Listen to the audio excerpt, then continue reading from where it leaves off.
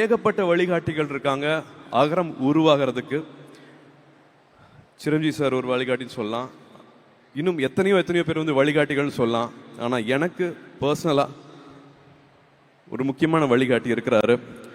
இந்த விரல் இருக்கு இல்லையா, இந்த விரலுக்கு வந்து நிறைய அர்த்தங்கள் சொல்லலாம். இது கேள்வி கேட்குற விரல் சொல்லலாம், குறை சொல்கிற விரல்னு சொல்லலாம், மிரட்டுற விரல்னு சொல்லலாம். ஆனால் இதே விரலை நம்ம இப்படி கீழே காமிச்சோம்னா, நான் இருக்கேன், விரலை பிடிச்சிக்கோ, நீ வா அப்படின்னு கூட்டிட்டு போற விரல் இருக்கு இல்லையா, எனக்கு அந்த விரல்,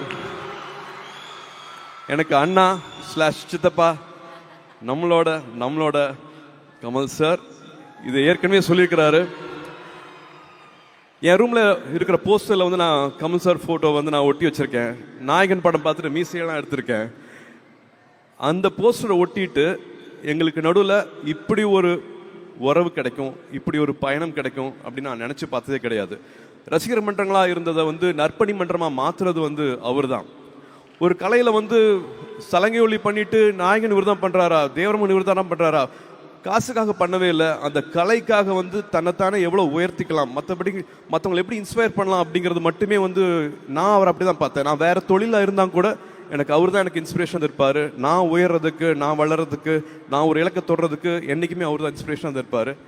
அவர் திரும்ப சொல்கிற மாதிரி, படத்துலையும் சொன்ன மாதிரி, அடுத்த வினாடி ஒழித்து வைத்திருக்கும் ஆச்சரியங்கள் இந்த உலகத்தில் ஏராளம். மிராக்கிள்ஸ் ஹேப்பன், நினைக்கிற கனவு நிச்சயமாக நிறைவேறும்.